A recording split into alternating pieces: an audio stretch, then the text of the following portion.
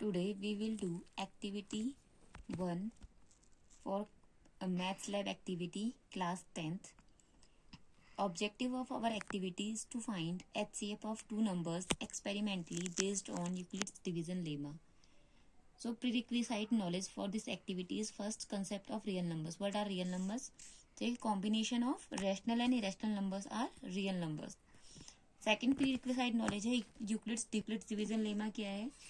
Given positive integers a and b, there exists unique integers q and r satisfying a is equal to bq plus r, where r is greater equal than 0 and less than b. It means कि आपने पढ़ा होगा dividend is equal to divisor into quotient plus remainder, जहाँ पर reminder क्या है हमारा divisor से छोटा होना चाहिए, या फिर वो 0 के इक्वल हो सकता है या 0 से ग्रेटर हो सकता है, लेकिन डिवाइजर से छोटा होगा. Third prerequisite knowledge is Euclid's division algorithm, यानी कि जो यूक्लिड्स डिवीजन लेमा है A is equal to B Q plus are,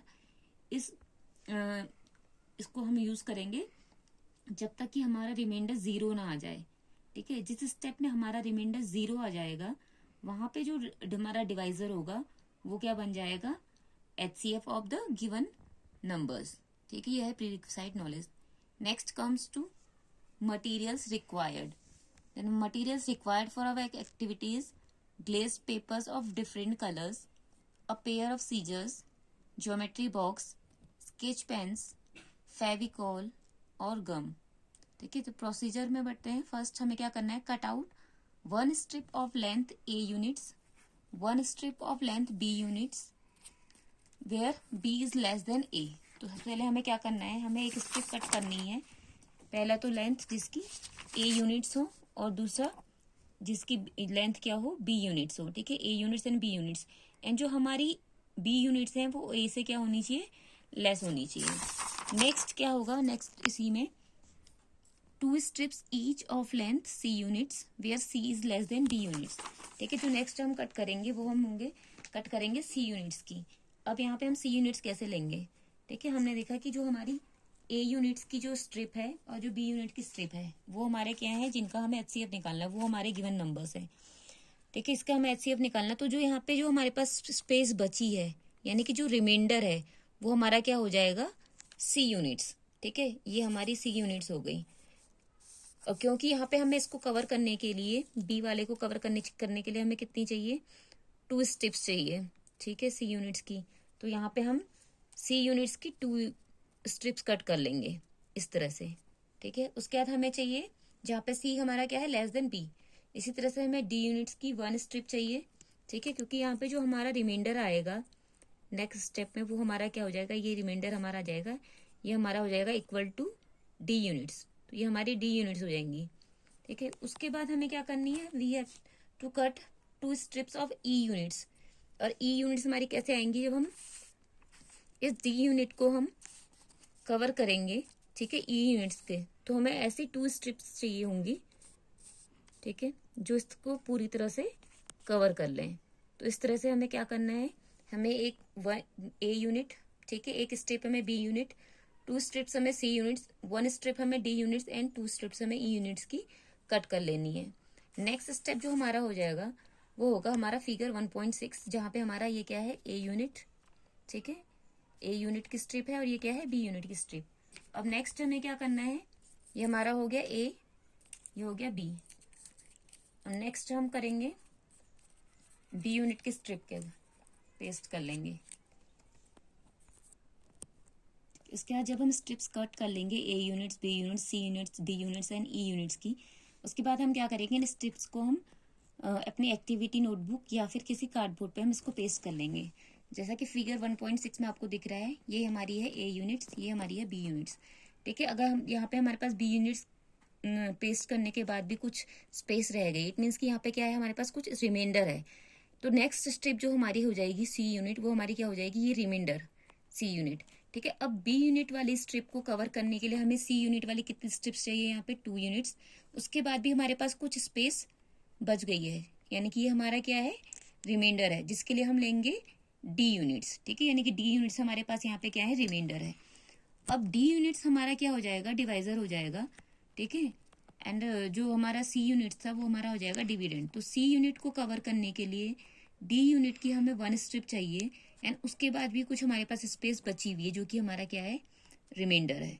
तो नेक्स्ट हम जो स्ट्रिप लेंगे ई यूनिट्स वाली, ठीक है, उससे हम जब डी यूनिट्स वाली स्ट्रिप को कवर करेंगे तो ऐसी 2 यूनिट्स यूज करने पर ये पूरी तरह से कवर हो गए, यानी कि हमारे पास कुछ भी रिमाइंडर नहीं बचा है। तो जो हमारी ये प्रोसेस थी यहाँ पे स्टॉप हो जाएगी।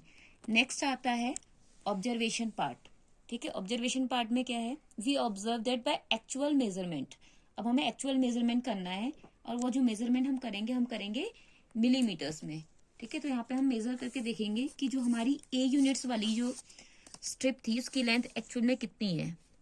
जब इसको हम मेजर करेंगे तो हम देख सकते हैं कि ये कितनी है, 13.2 सेंटीमीटर, यानी कि 132 मिलीमीटर्स, ठीक है।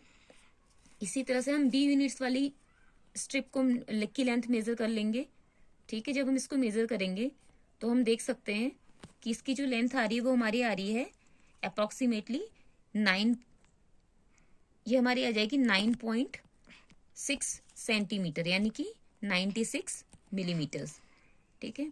फिर नेक्स्ट जो हमारी है सी यूनिट वाली स्ट्रिप, उसको हम मेजर करेंगे सी यूनिट वाली।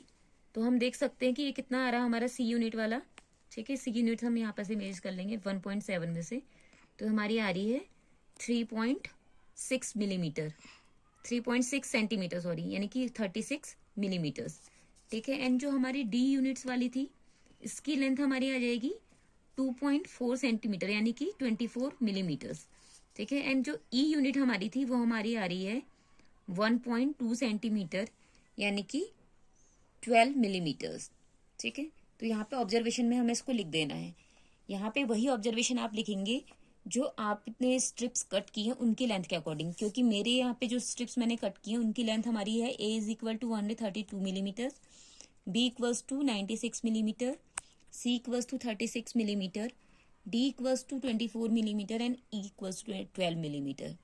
तो यहाँ पे जो HCF है ए एंड बी का, यानी कि 132 एंड 96 का, वो क्या आ जाएगा हमारा लास्ट ई यूनिट्स, जहाँ पे हमें रिमाइंडर कुछ भी नहीं मिल रहा है, 0 रिमाइंडर है, यानी कि 12 यूनिट्स, ठीक है। तो so HCF of 132 and 96 is equal to 12 using Euclid's division lemma, यानी कि A is equal to B Q plus R के फॉर्म में, जहाँ पे ए हमारा क्या होता है डिविडेंड, बी हमारा क्या होता है divisor, Q quotient and R क्या होता है रिमाइंडर। तो जो फिगर 1.6 थी वहां पे हमने देखा फिगर 1.6 में हमारा यहाँ पे जो ए है, जो हमारा डिविडेंड है वो क्या है 132 मिलीमीटर, ठीक है। डिवाइजर यहाँ पे हमारा है 96 मिलीमीटर, ठीक है। यहाँ पे कोशिएंट हमारा क्या है 1, सिर्फ एक स्ट्रिप हमने यहाँ पे पेस्ट की है। एंड जो रिमाइंडर हमारे यहाँ पे आया था सी यूनिट्स, यानी कि 36 मिलीमीटर। तो यहाँ पे फर्स्ट हो जाएगा figure 1.6 depicts 132 is equal to 96 into 1 plus 36, ये हो जाएगा 1, ठीक है।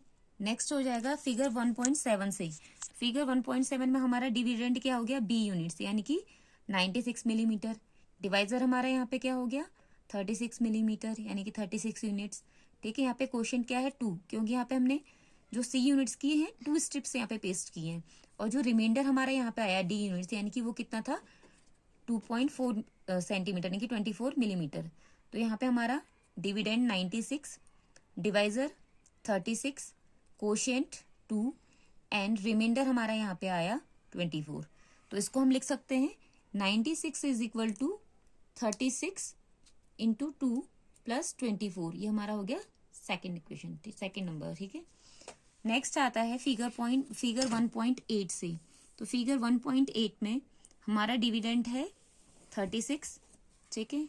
डिवाइजर है यहाँ पे हमारा 24, कोशिएंट हमारा 1 है क्योंकि सिर्फ हमने डी यूनिट की 1 स्ट्रिप यहाँ पे पेस्ट की है, ठीक है। एंड रिमाइंडर हमारे यहाँ पे आया था ई यूनिट, यानी कि 12।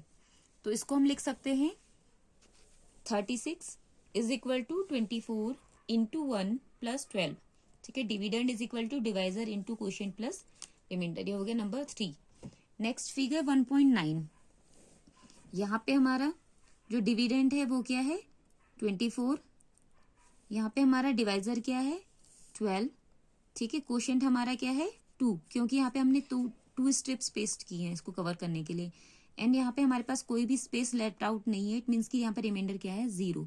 तो इसको हम फिगर 1.9 से हम लिख सकते हैं 24 is equal to 12 into 2 plus 0, where 24 is dividend, 12 is divisor, 2 is quotient and 0 is remainder. ये हो गया fourth.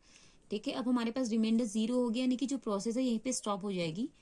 Now using the assumption in Euclid divisor algorithm we have HCF of 132 and 96, यानी कि जो हमारा फिगर 1.6 था, ठीक है, वहां पे हमारे पास 132 एंड 96 थे, is equal to HCF of 96 and 36, figure 1.7 से 96 एंड 36, ठीक है, ये हमारी स्ट्रिप्स की लेंथ थी। And it is equal to HCF of 36 and 24, ठीक है, it is equal to HCF of 24 equals to 12 and it is equal to 12। तो यहाँ पे जो हमारा HCF आया वो क्या आया 12, जो लास्ट स्टेप में हमारा क्या था डिवाइजर, ठीक है, जहाँ पे हमें रिमाइंडर 0 मिल रहा था। तो यहाँ पे जो हमारा 132 एंड 96 का जो हमें HCF निकालना था वो हमारा क्या आया 12। तो रिजल्ट हो जाएगा यहाँ पे we have found the HCF of two numbers experimentally based on Euclid division lemma. ठीक है, ये तो हो गया result. Application of this activities, the process depicted can be used for finding the HCF of two or more numbers, which is known as finding HCF of numbers by division method। ठीक है, इस तरह से आप Euclid division lemma and Euclid division algorithm का use करके, ठीक है, टू और मोर नंबर्स का HCF निकाल सकते हैं। Thank you.